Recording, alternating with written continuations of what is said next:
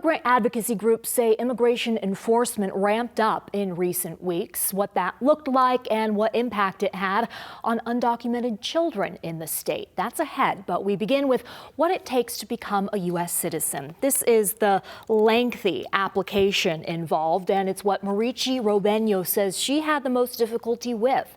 The Las Vegas woman, originally from the Philippines and now a U.S. citizen, could have paid an attorney to fill out the application. Instead, she got free help from the Asian Community Development Council. That's where we met up with her, as well as with the nonprofit's president and founder.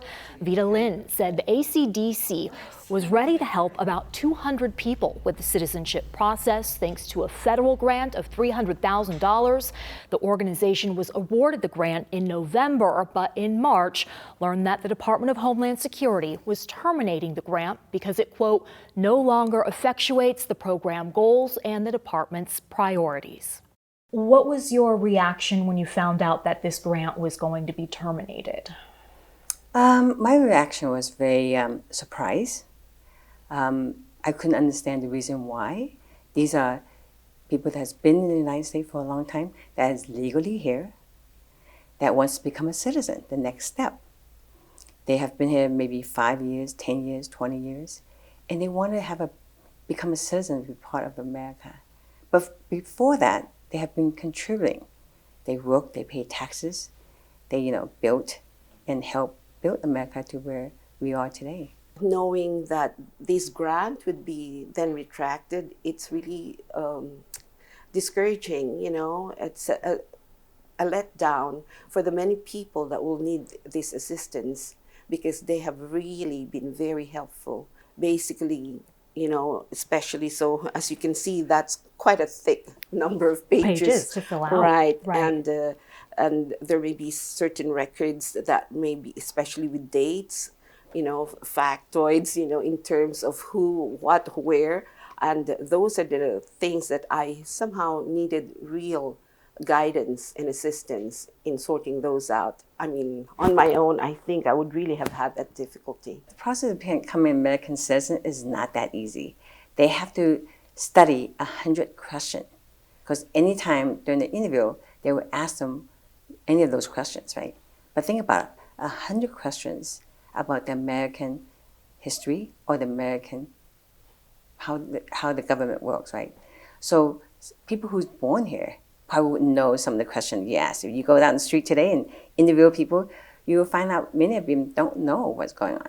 Is this an in-person interview in which you are asked one or several of the 100 questions? Yes. This isn't a written test. It's not a written test. You have to be there in person. They will be asking you in English, so you have to understand enough to be able to answer those questions. Wow. And so this grant would have provided classes in which people got to practice that, yes, study, and prepare themselves for that kind of a test. This grant will have given them more education, to educate them to be American citizen, to be better American citizen. To our viewers who may ask, well, why should taxpayers fund other people getting help to become citizens? What would you say? I would say, think about if your parents, your forefathers didn't go through the process that we do now, where would they be today? So this is why the taxpayer money, which we're not asking a lot, we're here to help very simply for them to become citizen so they can be part of this country legally. So you had to call people and tell them, sorry, we're no longer doing this program. We no longer have the funding? Yes, and that was very heartbreaking for us to say that. They worked so hard. They already had everything set up, places where we've been trained to educate, and now we don't have that grant, so we won't be able to do some of the service. We will continue helping with applications and educating, but we wouldn't be able to do a full program that would benefit this country. So I imagine you're reaching out to your private donors and asking them to help out? We're reaching to private donors, individual donors, foundations, to see if we can continue these services. We are doing, I am so glad to know that a lot of the community are stepping this step up because they understand we are here to help legally permanent resident become citizen. And when you say they are legal permanent residents, do they have criminal backgrounds? That's another big question among this immigration topic. So when you think of the question that we ask, we probably go through what we call the N400 application form. That application form is very intense. It's about a 2-hour questionnaire that we ask you. The biggest question we ask is any criminal record. We have to go through every detail about your background. How many times you've been married, the name of your kids, are they, what their status, so what. We go to that question that we ask for the N400 is very intense. And that's what you ask them as you're helping them fill it out? As we help them fill out the form. Okay. It takes about 2 hours Wow. per person to do, per person.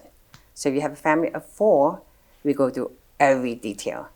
So that's very intense. So if anyone want to look at it, they can go online and look for the N400 forms, and they can see how those questions are asked. The biggest question they ask is criminal record and criminal background.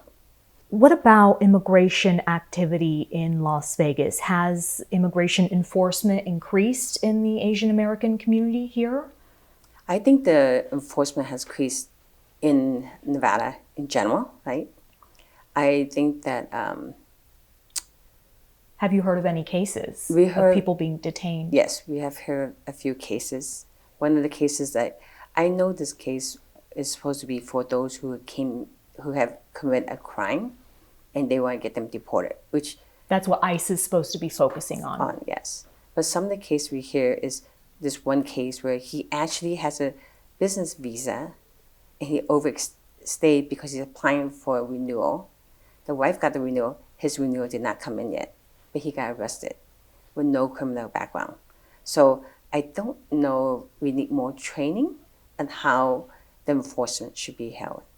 You don't consider that a crime, overstaying your visa? We don't consider that as a crime if you're applying for a new one. So, and you're waiting for your status to come, that is not a crime. Last thing, Vida, you have represented the Asian American community here in Las Vegas for decades. Have you ever felt this kind of pressure or attention on immigration here?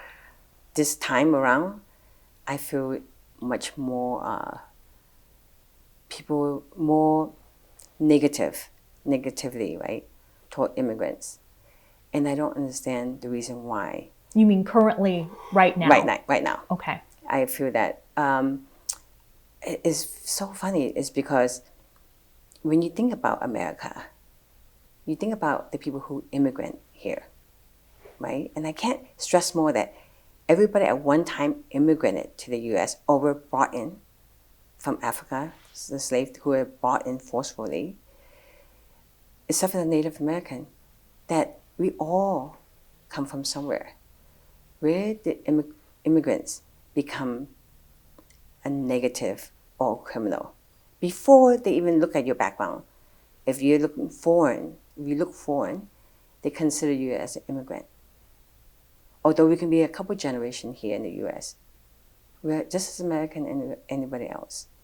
And what United States is made of is of immigrants. There's no country like America where you have people coming from all over the country to build rich culture, rich food that we enjoy, things that we can educate each other on. This is what makes America so great.